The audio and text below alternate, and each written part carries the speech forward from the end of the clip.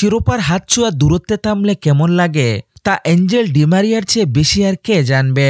3 বছরের মধ্যে 2টি কোপা আমেরিকা এবং একটি ফিফা বিশ্বকাপ ফাইনালে হার। আর্জেন্টিনার এই উইঙ্গার এমন কষ্ট পেয়েছিলেন যে ওষুধ খেতে হচ্ছিল। ট্রমা এখনো কাটেনি, ওষুধ খেয়ে যাচ্ছেন। তবে ডি মারিয়া ক্যারিয়ারের শেষ দিকে এসে একে একে সব পেয়েছেন। ব্রাজিলকে 2021 সালে হারিয়ে বলেছেন 2015 ও 2016 সালের কোপা আমেরিকার কষ্ট। 2014 সালের বিশ্বকাপ হাতছাড়া হওয়ার কষ্ট বলেছেন 2022 সালে কাতারে। তবুও টানা 3 ফাইনাল হারের সেই মানসিক ট্রমা এখনো পুরায় ডি মারিয়াকে।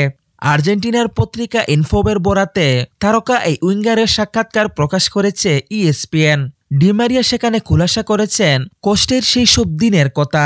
তিনি বলেছেন, কষ্ট বলতে আমি এখনো ওষুধ খেয়ে যাচ্ছি। অবশ্য ঔষধের মাত্রা কমিয়ে দিতে পেরেছি, এখন আগের চেয়ে ভালো আছি। কিন্তু কিছু জিনিস মোহাচ্ছন্ন মনে হয়, কিছু জিনিস থেকেই যায়, মনের দাগ কেটে যায়।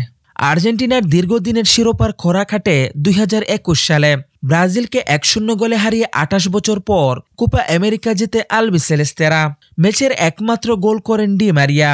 এরপর 2022 বিশ্বকাপ ফাইনালে ফ্রান্সের বিপক্ষে দলের হয়ে প্রথম গোলটি করেছিলেন তিনি, যা তাকে জাতীয় দলের অন্যতম নায়ক করে তুলেছিল। এদিকে ডি মারিয়া দুঃখ প্রকাশ করেছেন তার অনেক সাবেক সতীর্থের জন্য যারা কখনো ট্রফি জয়ের আনন্দ উপভোগ করতে পারেনি। তাদের নিয়ে তিনি বলেন, অনেকবার বলেছি, যখন বিশ্ব চ্যাম্পিয়ন হয়েছিলাম, যখন কোপা আমেরিকা জিতেছিলাম, আমি সবসময় বলেছি এই ট্রফিগুলো আগের প্রজন্মের জন্য প্রাপ্য।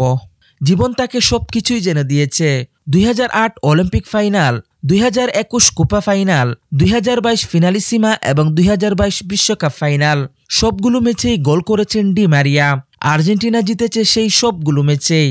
37 বছর বয়সেও প্রতিযোগিতামূলক ফুটবলে খেলা চালিয়ে গেলেও গত মৌসুমে আন্তর্জাতিক ফুটবল থেকে অবসর নেন ডি মারিয়া।